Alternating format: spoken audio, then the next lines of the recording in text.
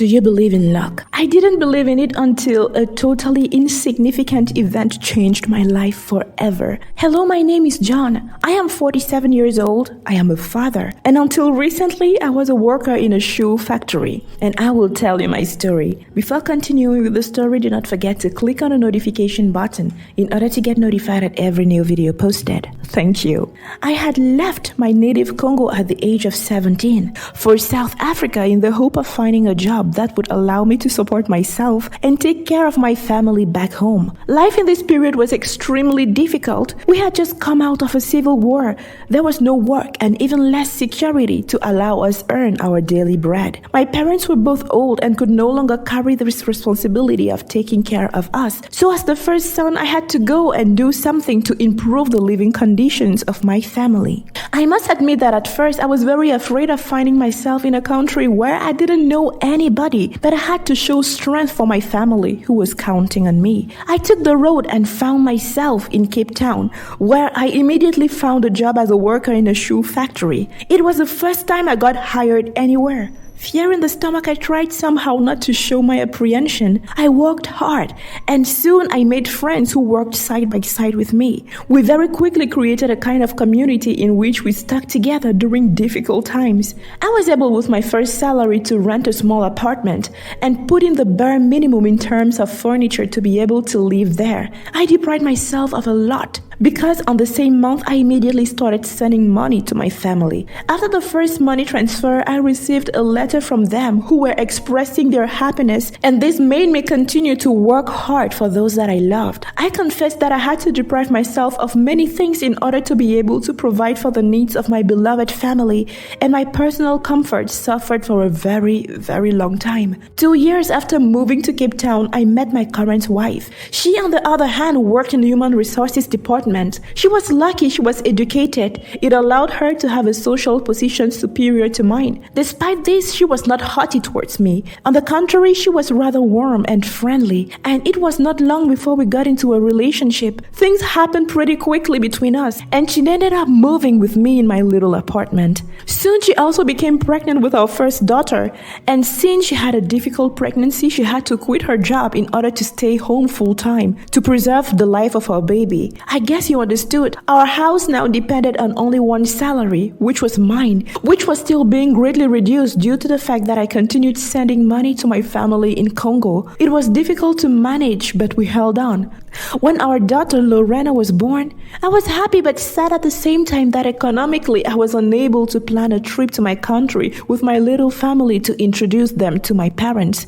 With the hospital expenses in addition to the daily charges, it was a little too heavy to consider a project of that scale. When Lorena reached the age of 6 months, I decided to marry her mother in order to formalize our relationship, but we were still unable to celebrate our marriage in Congo, so we did it in South Africa with my wife's family, who supported us enormously. Time passed, and when Lorena reached the age of 2, her mom and I had a second child, Marvin, her little brother. His conception was totally unexpected, but we weren't going to refuse the grace from God. So we welcomed him with open arms. We decided by mutual agreement to stop having children because of our financial situation. My wife stayed another year and a half at home to be able to take care of our children. Having reached school age, our 2 children were enrolled in the same school, and my wife, for her part, decided to go into business in order to be able to support me with the financial cost of our house. But since we were planning to buy our own house in order to escape the cost of rent monthly,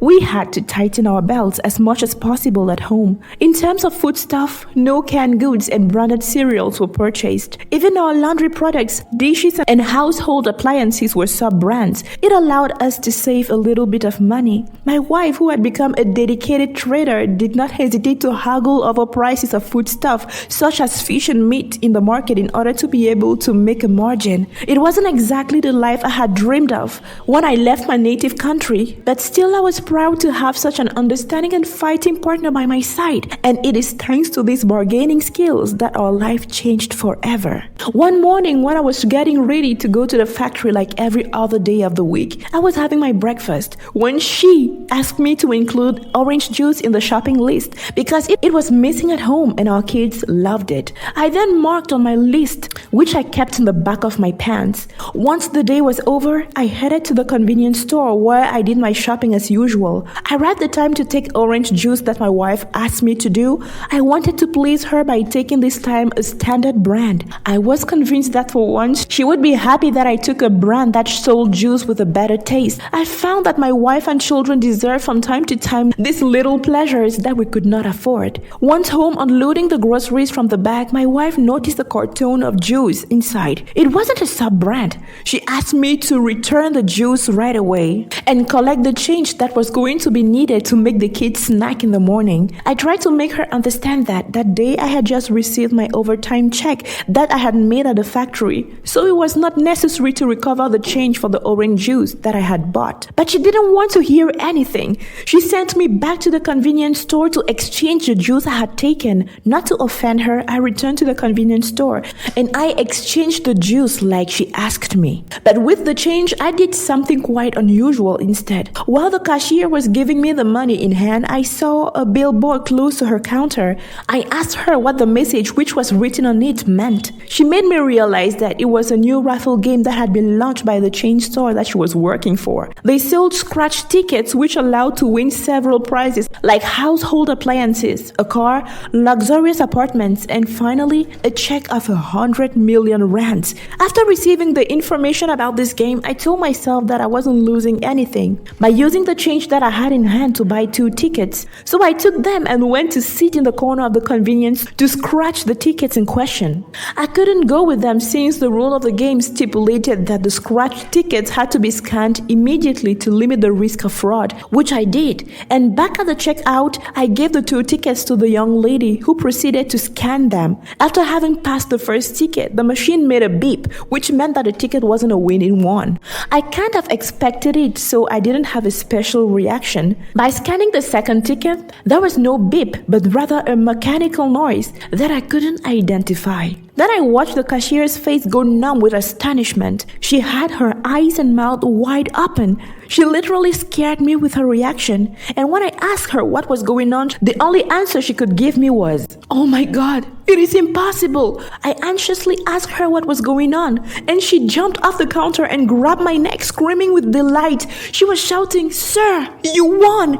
You have won!" When she calmed down, she let me know that I was the lucky winner of the jackpot. Suddenly, I had become a millionaire. I couldn't believe it. My hands were all shaking. I couldn't even breathe. I was such in a shock. I got my ticket back after the cashier made a photocopy and confirmed my name, my phone number, and my address at the convenience store management. I was supposed to pick up my lot the next day at 9 a.m. After concluding all the arrangements for the recovery of my lot, I returned home to find my wife. After crossing the doorstep, my wife was waiting for me on the sofa in the living room. She looked worried because indeed I had taken longer than necessary to change a carton of juice. She asked me in an annoying tone why I had taken so long, and I answered by handing her the lottery ticket that I had just won.